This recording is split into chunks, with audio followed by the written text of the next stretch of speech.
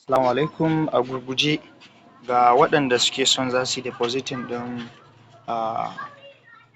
wallet ɗinsu ko kuma in ce card ɗinsu a Bitget ba san ya za su yi ba, so wannan bidiyon a gurguje zai koya muku yadda za ku yi hakan cikin sauƙi da izinin Allah. So da farko bayan mutum ya zo ya buɗe wallet ɗinsa, ya buɗe card ɗinsa kamar haka, so za ka shiga nan ɓangaren airdrop ɗin nan, gashi nan ka shiga airdrop sai ka selecting exchanges, continue. So ga wajen Bitget exchange na a farko sai mutum ya danna send here. Subhanallah, ga network wai. To bari mu gani ko network ɗin zai bari mu ƙarasa. Ashe ya dawo da mu farko. Then continue, send here. Yawa, yes I have account. Yawa, sai UID. So inda mutum sai ka zo ka shiga Bitget exchange ɗinka, sai mutum ya zo nan dot ɗin guda uku na sama, sai ka shiga nan UID ɗinka gashi nan a gefe, sai mutum ya copy gashi nan wajejen. So mutum ya yi copy sai ka zo sai ka subhanallah, network ɗin fa sai dai a hankali, sai haƙuri saboda an yi ma site ɗin yawa yanzu. Lallai sai dai a yi haƙuri.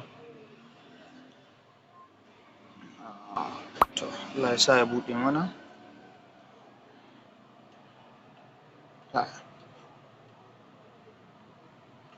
To network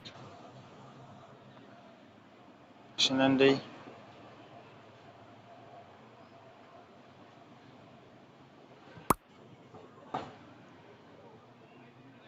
Allah ya bamu ikon completing ɗin shi.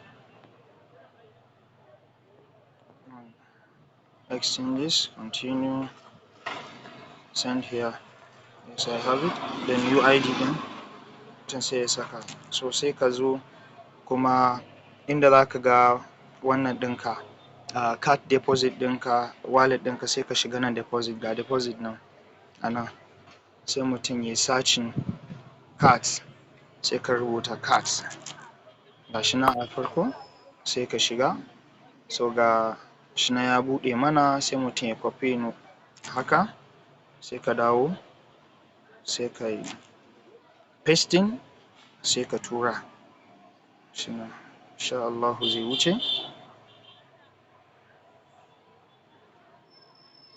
So saboda yanayi na network, ko ma dai ya wuce ko bai wuce ba, wannan shine process ɗin da mutum zai bi. Allah ya bada sa'a.